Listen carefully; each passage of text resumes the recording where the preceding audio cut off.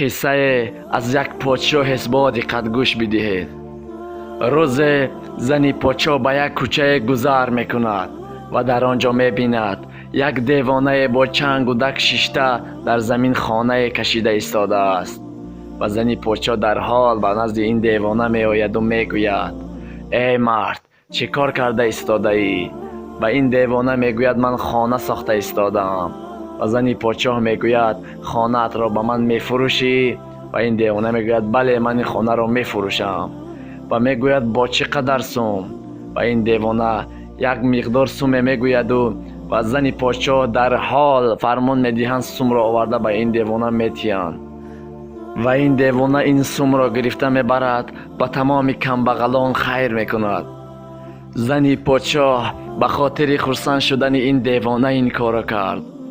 و چند روز گذشت. پادشاه در خواب میبیند در بهشت یک قصر با حشمت آماده کرده ایستادند و میخواهد که به آن قصر داخل شود، اما آن را نمیگذارند. میگویند: این از آن همسرت هست. و صبح بر وقت میخیزد و به سوی همسرش میگوید: من این شب یک خواب دیدم که در بهشت برای تو یک قصر با حشمت آماده شده است. چی کار کردی تو؟ و زن پادشاه همین قصه دیوانه را به این نقل میکند. و پادشاه دوام به نزد این دیوانه میآید و میگوید: چی کار کرده ایستاده ای؟ میگوید: من خانه ساخته ایستادم. پادشاه میگوید: خانه‌ات را به من میفروشی؟ و این دیوانه میگوید: بله، من میفروشم. و پادشاه میگوید: با چقدر سوم؟ و دیوانه چی میگوید؟ و دیوانه یک مقدار سوم میگوید که یافتنش خیلی دشوار هست. و پادشاه به سویش میگوید: چرا برای همسرم سومی کم طلب کردی و برای من سومی بسیار؟ و دیوانه گفت: همسرت نادیده کرد این کارا. تو که دیدی، به همین سبب برای تو من قیمت کردم. میخری یا نمیخری؟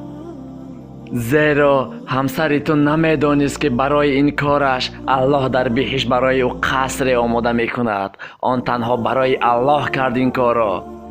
و تو که دیدی که در بهشت برای همسرت قصر آماده کردن و خواستی که با این کار الله به تو یک قصر دیگر آماده کند. معنای این قصه این است که هر کاری که میکنی تنها برای رضایت الله بکن، نه اینکه این کار را من بکنم و الله در عوضش به من این کار را بگیرد.